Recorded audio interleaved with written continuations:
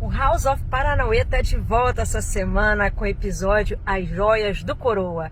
Gente, isso aqui tá ficando show. E vocês vão ver juntinho comigo como Bolsonaro mitou dessa vez. Só que não, né?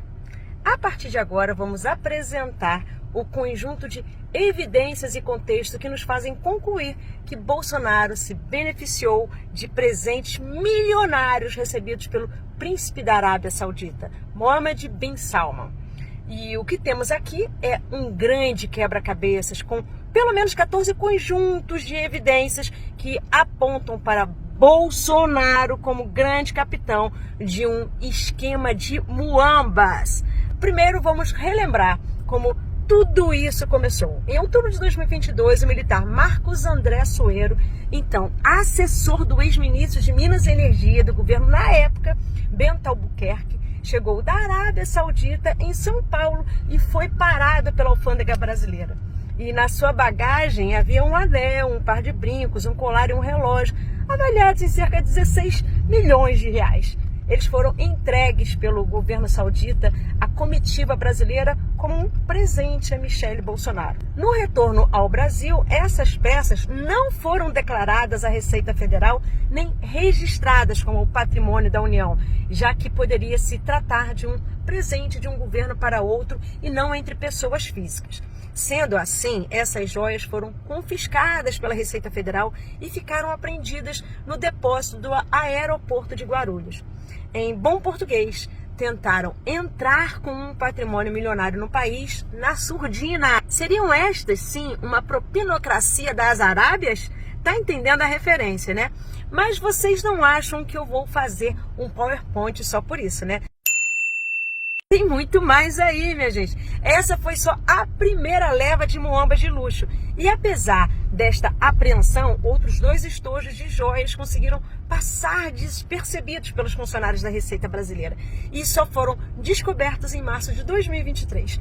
O que estamos chamando de segunda leva é uma caixa composta por um relógio, caneta, botoadura, anel e um terço avaliados em R$400 mil. Ela também entrou no país em outubro de 2022 com a mesma comitiva que trouxe a primeira leva, porém, como eu já havia dito, elas passaram desapercebidas na alfândega. Novamente, nada disso foi declarado, nem como bem pessoal ou como patrimônio da União. Ou seja, desta vez, Bolsonaro conseguiu ficar ilegalmente com as joias trazidas do Oriente Médio. Eu bem disse que era um quebra-cabeças, lembra? Na semana passada, foi descoberta uma terceira leva num depósito da Fazenda de ninguém menos do que Nelson Piquet, que é um apoiador de Bolsonaro. Esta, apesar de vir a público por último, foi recebida antes das outras, numa visita presidencial a Doha, em 2019, e pode indicar que os laços de Bolsonaro com o governo saudita são mais estreitos do que parecem.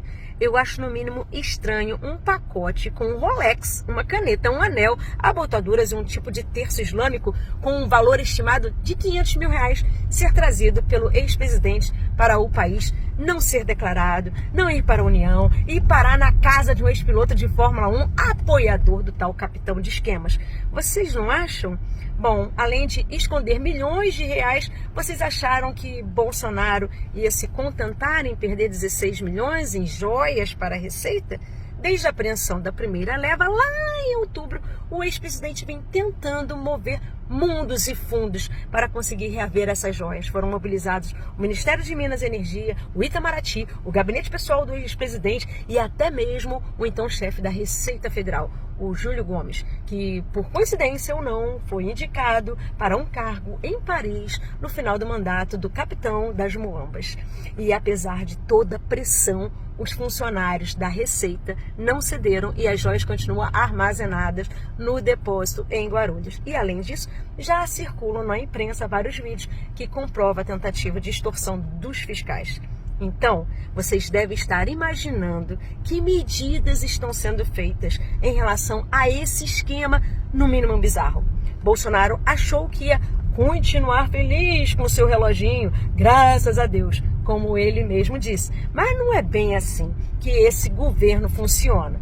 o ministro Augusto Nader, do TCU, solicitou a devolução de tudo que a Arábia Saudita deu ao capitão das Moambas. E, a contragosto, o coroa das joias já devolveu a segunda leva para a justiça, enquanto os seus advogados entregaram nessa terça a terceira leva também. E, além disso, a Polícia Federal intimou o ex-presidente a depor para dar explicações sobre esse caso nessa quarta-feira, às 2h30 da tarde. Resta agora aguardarmos as cenas dos próximos capítulos para entender qual será o fim de todos os personagens conectados por esse elo em comum.